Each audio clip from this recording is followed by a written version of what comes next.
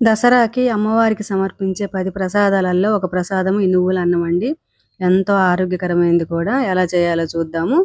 దీనికోసం ఒక cup rice తీసుకున్నానండి. శుభ్రంగా కడిగి 2, 3 సార్లు ఒక కప్పుకి 2 కప్పులు వాటర్ వేసి కుక్కర్‌లో పెట్టి ఒక 3 విజిల్స్ వచ్చే వరకు ఉడికించి పక్కన పెట్టుకోవాలండి. ఇంకా ఒక కడాయి తీసుకొని దాంట్లో ఒక 2 టేబుల్ స్పూన్లు వేరుశనగ విత్తనాలు వేసి లైట్‌గా సిమ్‌లో పెట్టుకొని నిదానంగా వేపుకోవాలండి. ఒక ఎండుమిర్చి కూడా తుంచేసుకొని ఒక రెమ్మ కరివేపాకు కూడా వేసి బాగా ఫ్రై చేసుకోవాలి. ఇవి వేగిన తర్వాత ఒక 3 టేబుల్ స్పూన్లు నువ్వులు కూడా వేసుకొని బాగా చిటపటలాడేదాకా వేపుకోవాలండి. లైట్‌గా వేపుకోవాలి. కొంచెం మంటనైతే సిమ్‌లోనే పెట్టుకోవాలండి. మాడిపోకుండా వేపుకొని ఇంకా లాస్ట్‌లో ఒక మిరియాలు కొంచెం కొద్దిగా వేసుకొని ఒక 10 మిరియాల దాకా వేసుకొని ఇవి చల్లారిన తర్వాత గ్రైండ్ చేసి పెట్టుకోవాలండి బరకగా.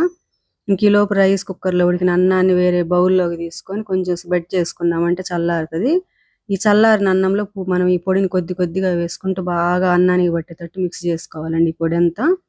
ఇంకా తర్వాత ఇదంతా మిక్స్ చేసి పక్కన పెట్టుకున్న తర్వాత ఇంకొక కడాయి తీసుకొని ఒక టేబుల్ స్పూన్ ఆయిల్ వేసుకోవాలి ఈ అన్నంలోకి తాలింపు కోసము.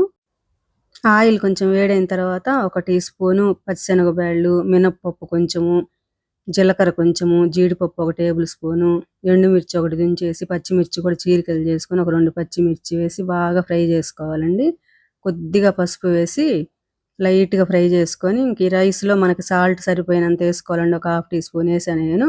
ఇంక ఈ తాలింపు కూడా వేసి బాగా అన్నానికి పట్టేటట్టు బాగా మిక్స్ చేసుకోవటమేనండి. ఎంతో ఆరోగ్యకరమైన అమ్మవారికి ప్రసాదం రెడీ అయిపోయింది. మీకు నచ్చితే తప్పకుండా ట్రై చేయండి. థాంక్ యూ ఫర్ వాచింగ్ అండి.